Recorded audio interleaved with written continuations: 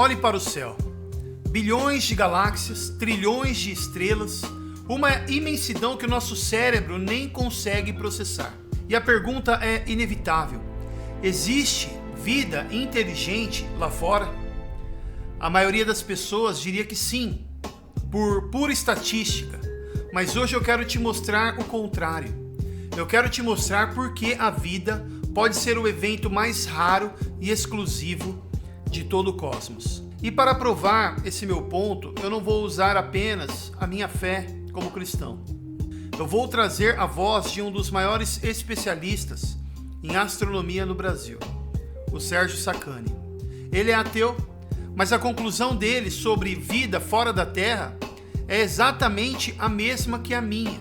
Mas antes de eu te explicar o porquê, dá uma olhada no que ele diz nesse vídeo. Cara, eu tenho minha opinião, né? Assim, vida inteligente igual a nossa, assim, no universo, eu acho que não tem. Isso é minha opinião mesmo, porque... Aí você pode perguntar, por quê? Cara, porque a vida, ela é um negócio muito complexo, cara.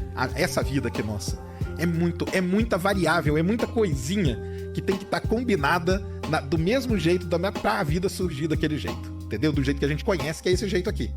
Então, assim, mas o universo é infinito e tal. Cara, e o que você precisa pra fazer a vida? Será que não é também infinito? A quantidade de coisa que tem que estar combinada pra vida ser do jeito que a gente conhece? Pode ser que seja, cara. Hoje, a gente tá descobrindo coisa que a gente não sabia há 20 anos atrás que é essencial pra vida existir.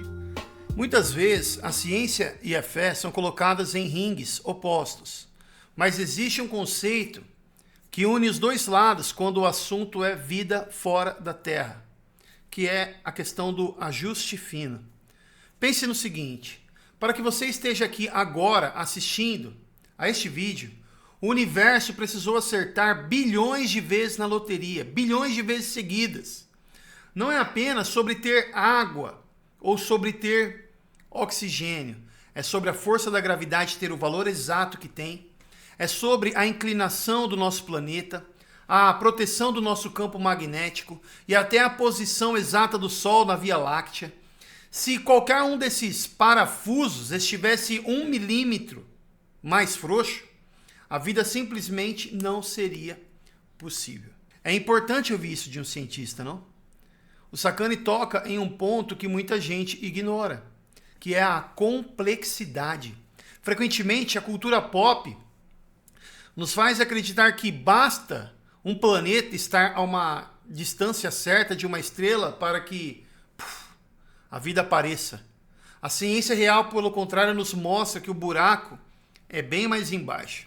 O que o Sacani defende através da hipótese da terra rara, e eu não me refiro àquelas terras raras, né, que Estados Unidos está buscando freneticamente e a China tem a maior reserva de terras raras, que é aquele mineral para fazer microchips, para fazer coisas de tecnologia de ponta, não é isso. Mas há uma teoria relacionada à vida, né, no universo, que é a teoria da terra rara. O que nós criacionistas chamamos de ajuste fino, que diz que para que uma vida inteligente exista, o universo precisou calibrar bilhões de variáveis. Se a força da gravidade fosse 1 milímetro diferente, as estrelas não teriam se formado. Se a órbita de Júpiter, por exemplo, não estivesse onde está, a Terra seria bombardeada por meteoros o tempo todo. Aqui está a beleza da coisa.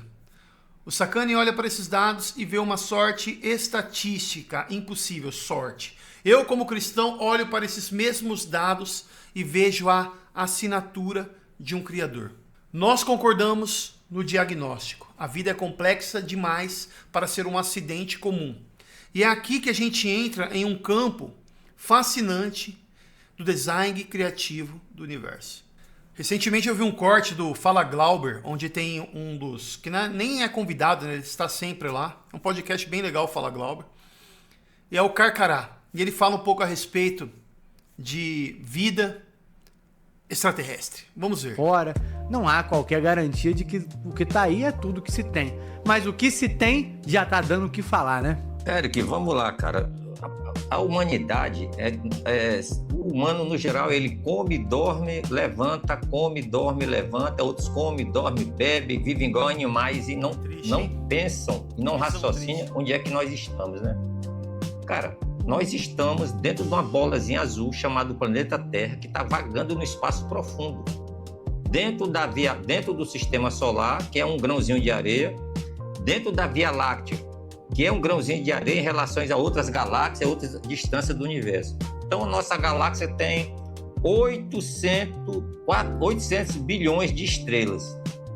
Dizem, né? Outros dizem que são 400 bilhões. Digamos que tenha 400 bilhões de estrelas a nossa Via Láctea.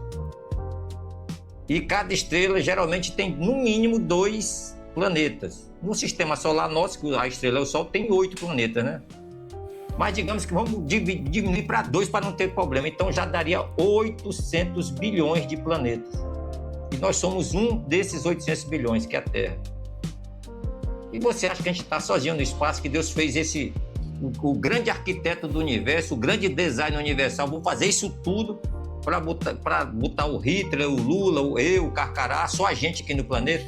O Gengis Khan, outro filho da... Agora, eu sei o que muita gente pensa. E é exatamente o que o Carcará comentou nesse vídeo. Eu mesmo pensava assim, né, antes de ter um encontro com o Criador. Ou seja, com bilhões de galáxias e trilhões de planetas, é impossível não ter vida lá fora. É uma questão de estatística. Esse é o famoso senso comum. Parece lógico, parece óbvio, mas ignora um detalhe fundamental, que é a complexidade. E o erro desse argumento é achar que a vida é uma consequência, né, inevitável do tempo e do espaço, como se bastasse ter lugar para a vida acontecer. Mas não é assim que a realidade funciona. Vamos ver o que Adalto Lourenço tem a dizer a respeito dessa questão. Suponhamos que você, ao sair daqui hoje, vai chegar na sua casa à noite e você vai encontrar algo que não estava lá na sua casa quando você saiu. Um bolo de chocolate. Essa é a minha teoria predileta, talvez você já até conheça essa teoria. Então você chega na sua casa, não tem bolo, não tinha bolo de chocolate quando você saiu, agora tem. Lembre-se que você é um observador, cientista, você não estava lá quando o bolo apareceu. Você saiu de casa, não tinha bolo, agora você chega em casa, tem bolo. Ótimo. 2 teorias a respeito do aparecimento do bolo de chocolate. Uma pessoa que sabe fazer bolos de chocolate foi lá na despensa, pegou todos os ingredientes necessários para fazer um bolo de chocolate. Então ele misturou os ingredientes na quantidade certa, na proporção certa, na sequência certa, dentro de um certo recipiente. Daí pegou essa massa toda ali, colocou dentro de uma forma untada, colocou lá dentro, pegou esse negócio, levou ao forno, deixou por um certo tempo, deu umas espetadinhas lá, né, para ver, daí a hora que estava bom, tirou de lá, colocou em cima da mesa para esfriar, a hora que você chegasse teria um bolo de chocolate lá em cima da mesa. Quem será você chegou, tinha um bolo de chocolate em cima da mesa. Essa é a teoria número 1. Teoria número 2, um caminhão de supermercados estava fazendo entregas. Ao passar próximo da sua casa, o filho do vizinho atravessou correndo na frente do caminhão, então o motorista do caminhão, para não atropelar o filho do vizinho, acionou os freios, só que ao mesmo tempo ele perdeu o controle do caminhão e o caminhão começou a capotar. Lá atrás, os sacos de farinha se romperam, latas de leite, caixinhas de leite também se abriram, e latinhas de Nescau também se abriram, caixinhas de fermento, latinha de fermento, saquinhos de sal, sacos de açúcar, todo aquele negócio, uma bagunça lá atrás.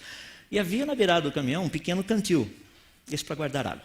E à medida que o caminhão começou a capotar, o cantil deu uma batida muito violenta numa das paredes do caminhão e rachou em 2 metades. Numa das metades começou a cair um pouco do fermento, um pouco da farinha, um pouco do leite, um pouco do óleo, um pouco do chocolate, um pouco do açúcar, um pouquinho de sal, e fermento eu já falei, já caiu. Daí os ovinhos que batiam também, caía lá a clara e a gema lá dentro. E à medida que o caminhão continuava capotando, lembra que isso daí durou bilhões de segundos. E o caminhão foi capotando e foi chacoalhando todo aquele negócio. Chegou lá no final, o que aconteceu? O caminhão parou e pegou fogo.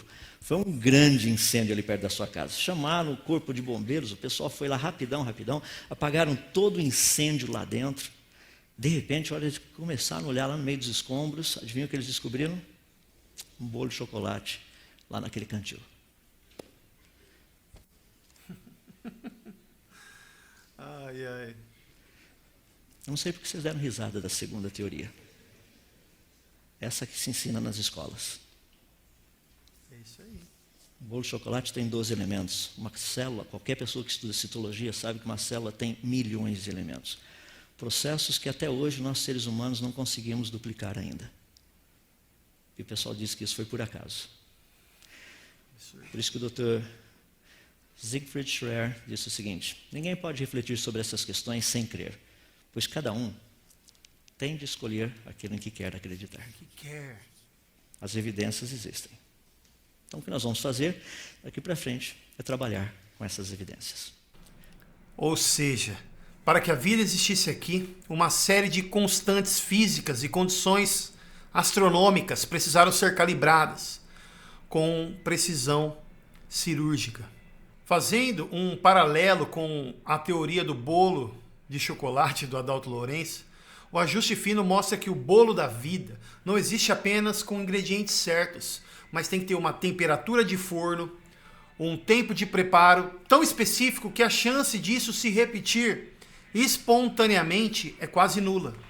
É por isso que figuras como o geofísico Sérgio Sacani, mesmo sobre uma perspectiva ateísta e puramente científica, defendem a hipótese da Terra rara. Para ele, a combinação de eventos, desde a existência de um campo magnético protetor até a presença de um satélite como a Lua para estabilizar o eixo do planeta, é tão improvável que a vida pode ser um fenômeno exclusivo do nosso endereço aqui na Terra. Mesmo na vastidão de bilhões de galáxias, a complexidade desse design natural sugere que não estamos lidando com um acidente comum, mas com um evento tão singular que na prática nos torna únicos no universo. Se até para um bolo de chocolate nós exigimos uma explicação lógica de causa e efeito, o ajuste fino da Terra nos força a encarar que a nossa existência está longe de ser um mero acaso estatístico. Mas, como nem tudo são flores, vamos ver o que Sérgio Sacani diz a respeito deste pensamento dele. Cara, é muito doido, é muito arrumadinho pra não ser Deus, cara. É a lua do tamanho certo, é a temperatura certa, é a distância certa do sol, é tudo. Então, assim, quando eu escuto isso, eu fico mais crente. Todo mundo Sabe? fala isso. Fala, Sérgio, quando você fala isso, cara, você... O melhor você não pode pastor ser- que tem é tu. É, pô. o melhor pastor que tem, você não pode ser ateu. Mas aí entra o meu ponto, cara. Para mim, Sérgio Sacani, nós somos um mero acaso, cara. Então aconteceu tudo isso? Porque aconteceu, cara. Aconteceu aqui nesse canto. E outra coisa também, cara. O universo não tá nem aí pra isso, entendeu? Ele não tá nem aí se teve vida, se não teve. O universo, cara, ele tá pouco se lixando pra isso. Quem se importa com isso é a gente, entendeu? O universo não importa, mas você tem razão. Todo mundo fala a mesma coisa pra mim. Ele tem razão em falar também. E eu não posso negar que é assim que acontece, cara. Eu sou ateu, não acredito em Deus. Mas seria desonesto se eu não contasse o que é isso aí. E quando você olha tudo isso, você fala, cara, não é possível que não foi uma entidade, um ser e tal, que pegou e colocou todas essas variáveis bonitinhas aqui pra vida acontecer. Pô, cara, é muito doido, é muito arrumadinho pra não ser Deus. Então o universo só parece um desperdício de espaço para quem pensa que o centro de tudo somos nós. Mas quando entendemos que os céus proclamam a glória de Deus, percebemos que a vastidão do cosmos não é excesso, mas é a escala necessária para representar a grandeza de quem o criou. Só para representar, porque não chega nem perto da grandeza do Criador, a criação.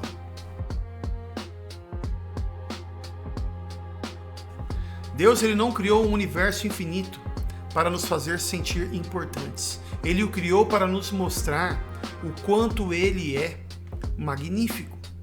Cada estrela que queima a bilhões de anos-luz de distância, cada galáxia que o telescópio James Webb alcança, é um grito silencioso de que o designer inteligente não é apenas inteligente, ele é glorioso.